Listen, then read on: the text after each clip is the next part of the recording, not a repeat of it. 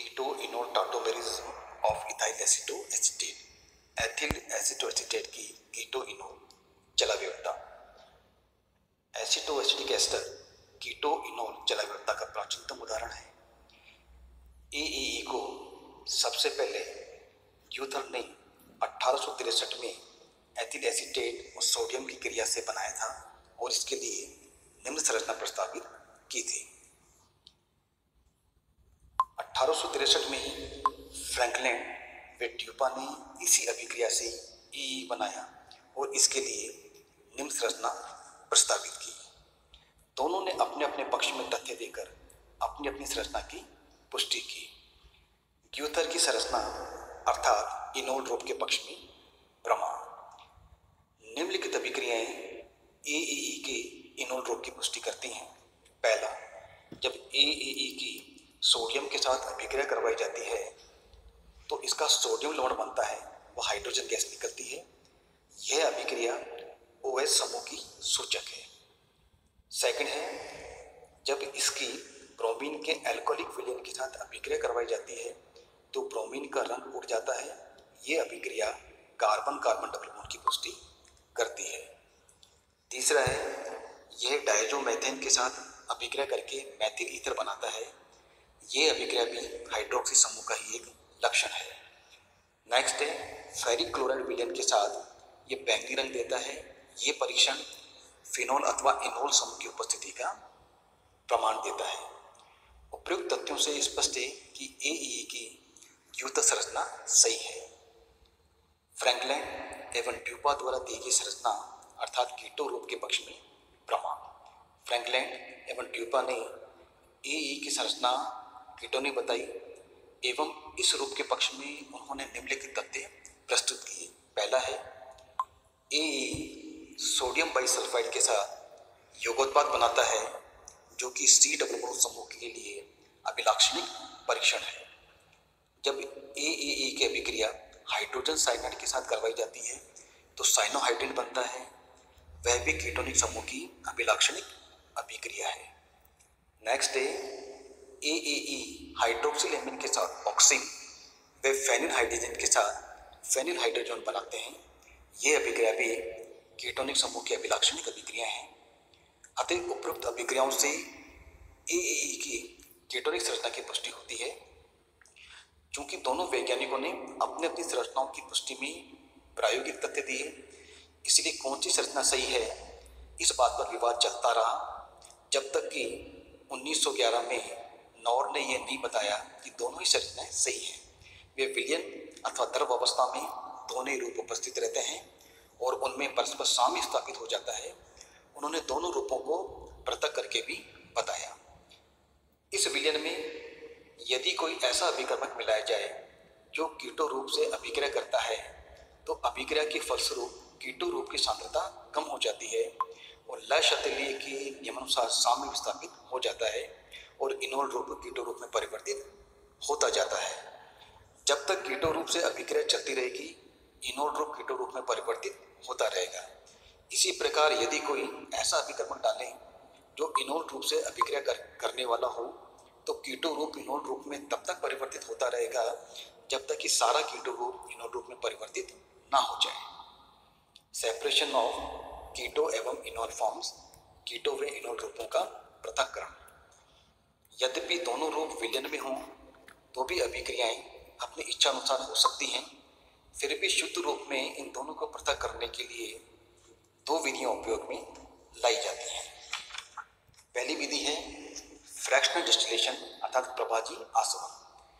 कीटो व इनोल रूपों में से इनोल रूप अधिक वाष्पशील होता है क्योंकि इसमें निम्न प्रकार से इंट्रामोलिकुलर हाइड्रोजन बंध होता है।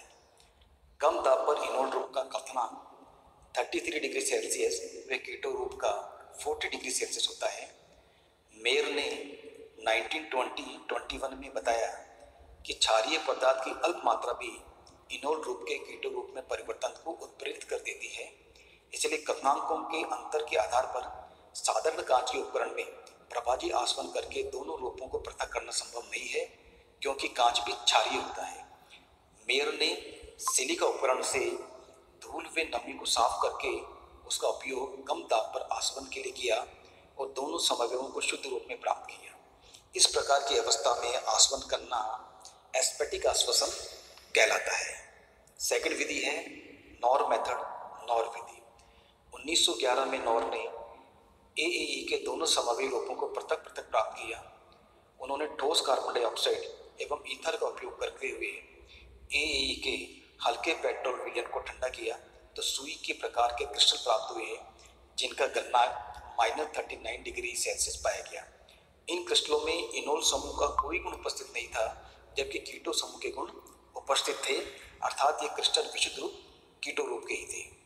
इनोल रूप प्राप्त करने के लिए नॉर ने एई के सोडियम लवण को हल्के पेट्रोल में डालकर उसे -78 डिग्री सेल्सियस तक ठंडा किया और फिर उसे हाइड्रोजन क्लोराइड की इतनी मात्रा के साथ गर्म किया कि सोडियम लवण विघटित होकर मुक्त एस्टर में परिवर्तित हो सके। ऐसा करने से जो उत्पाद उन्हें प्राप्त हुआ वह क्रिस्टलीय ठोस न होकर कांच के जैसा ठोस था। इस यौगिक में कीटो समूह का कोई गुण उपस्थित नहीं था, जबकि FeCl तरीके के साथ गहरा बैंगनी रंग प्राप्त हुआ एवं इसने ब्रोमीन जल को भी रंगहीन कर दिया, अर्थात वह विशुद्ध इनोल रूप था। इस प्रकार हम देखते हैं कि कम ताप पर अलग अलग परिस्थितियों में दोनों रूप अलग अलग अस्तित्व रखते हैं, किंतु ताप बढ़ने के साथ ही इनमें अंतर परिवर्तन प्रारंभ हो जाता है और एएई सदैव ही कीटो इनोल के मिश्रण के रूप में रहता है। Determination of keto enol ratio, keto enol अनुपात को ज्ञात करना। किसी टाटोमेरिक मिश्रण में प्रत्येक रूप कितनी प्रतिशत मात्रा में है, ये कीटो इनोल अनुपात कहलाता है। इसे ज्ञात करने की दो प्रकार की विधियां हैं। पहली विधि है भौतिक विधियां। कीटो इनोल अनुपात ज्ञात करने की भौतिक विधियां उत्तम होती हैं क्योंकि ये साम्य अवस्था को विस्तृत नहीं करती हैं। प्रमुख भौतिक विधियां निम्न हैं। पहला, प्रत्येक समावयवी के किरणों की वक्रता सूची अर्थात रिफ्रैक्टिव इंडेक्स की गणना कर ली जाती है और साम्य विचरण के वक्रता सूची के मान से प्रत्येक रूप की प्रतिशत मात्रा ज्ञात हो जाती है। नेक्स्ट है NMR। यदि एई के NMR स्पेक्ट्रा का अध्ययन करें तो हम देखते हैं कि CH2 double bond CH proton अलग अलग संकेत देते हैं और इन संकेतों की सहायता से हम कीटो इनोल रूपों का अनुपात ज्ञात कर सकते हैं। नेक्स्ट विधि है रासायनिक विधियां। इनमें हम मुख्य रूप से कुर्ट-मेयर अनुमापन विधि का उपयोग करते हैं। इस विधि में एई के निश्चित बार में ठंडे ब्रोमीन विलयन का आधिक्य मिलाकर शीघ्रता से बीटा नेफ्थोल द्वारा तुरंत ही ब्रोमीन का आधिक्य नष्ट कर देते हैं। इसमें ब्रोमीन के इनोल रूप के साथ योगात्मक अभिक्रिया तो हो जाती है, किंतु इतनी शीघ्रता से कीटो रूप इनोल रूप में परिवर्तित नहीं हो पाता है। इस प्रकार बने हुए ब्रोमो एस्टर का आकलन पोटेशियम आयोडाइड डालकर आयोडीन को सोडियम थायोसल्फेट से अनुमापन करके किया जाता है। यह अभिक्रिया निम्न चरणों में संपन्न होती है। पहला है इनोल रूप का ब्रोमीनीकरण, जिसे अल्फा ब्रोमो एस्टर प्राप्त होता है। दूसरा है ब्रोमो एस्टर से KI के द्वारा आयोडीन का मुक्त होना। तीसरा है इस मुक्त हुए आयोडीन का हाइपो द्वारा अनुमापन। इस प्रकार इनोल रूप के ब्रोमीनीकरण में कितनी ब्रोमीन उपयोग में आई इसकी गणना कर ली जाती है। एई के 1 मोल के ब्रोमीनीकरण के लिए ब्रोमीन की 1 मोल की आवश्यकता पड़ती है।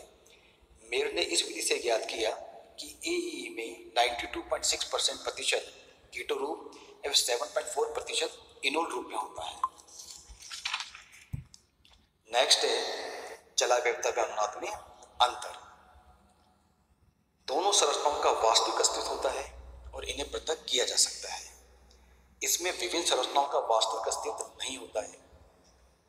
इलेक्ट्रॉनों के साथ साथ प्रोटॉन की भी स्थिति बदलती है। इसमें केवल इलेक्ट्रॉनों की स्थिति बदलती है।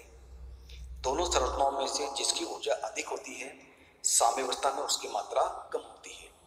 वास्तविक संरचना जिसे किसी भी एक अनुनादी संरचना द्वारा नहीं बताया जा सकता है, उसे अनुनादी संकर यानी रेजोनेंस हाइब्रिड कहते हैं और इसकी ऊर्जा किसी भी अनुनादी संरचना से कम होती है। इसे 2 आधे तीरों द्वारा प्रदर्शित करते हैं और इसे 2 सिरों वाले तीर द्वारा प्रदर्शित करते हैं।